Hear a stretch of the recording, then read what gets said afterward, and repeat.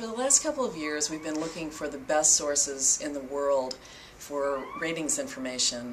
One of the first things that we did is we identified the leading analysts that supply institutional investors. So we brought together about a half a dozen sources which are licensed and are some of the best sources in the world, covering now over 5,000 companies. We also have brought together about over 80 other sources that are governmental sources, nonprofit, activists, and these are covering all aspects of social responsibility as well. So we've now aggregated over 90 sources. And what we find is that each of these sources covers a different part of the universe of companies and has different kinds of elements.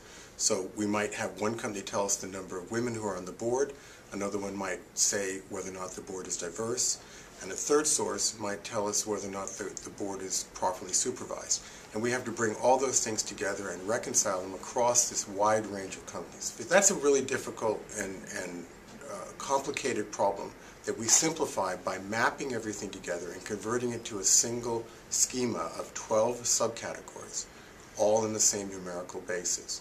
When we do our mapping, we're bringing everything together, we're reconciling everything, we're making it all fit into one layout, one approach. What we find then is that each source tends to be biased. Some sources are biased to the good side, they're nicer to companies. Some sources are biased to the bad side, they're harder on companies. On different issues, they have different viewpoints. Well, that's the truth. The world's that way. Our users are that way. They have different views about the world, and that's reflected in our sources.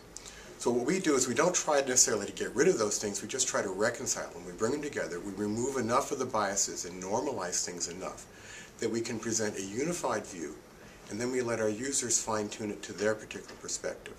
A user might be more concerned about a certain issue and amp it up, make it more important to them. When they do that, the ratings will all shift, and the world will be viewed from their particular perspective. In addition to bringing in ratings information, we're already bringing in other information. So, for example, we're bringing in news, and we're aggregating information, other information that comes from companies themselves, and we'll soon be integrating a wiki so that we're bringing in the voice of users and consumers as well.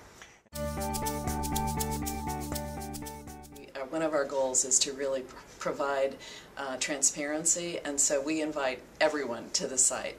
The truth is that I think the people who will come and find this information of real value are folks who are in the business community, who are dealing with these issues day to day, and they can be anywhere from PR, corporate communications, brand managers, sustainability officers, analysts, researchers, all of those folks who are really immersed in this whole field.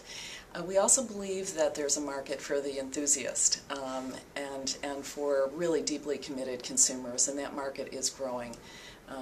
And also employees. I think employees are incredibly invested in whether their company is socially responsible. So that's a huge market. You can't take action when you don't understand why a company is rated higher or lower. You need to be able to see it in the context of all the other companies in its area and see it in the context of all the available data. And now that we have 90 sources and pretty much everything that's possibly available in the CSR area, this is a reality. It's possible now. We provide information on the social performance of companies. We help people understand what information is available on company social performance. And then we allow them to analyze, measure, benchmark, compare, and understand that information so they can take social action as a group.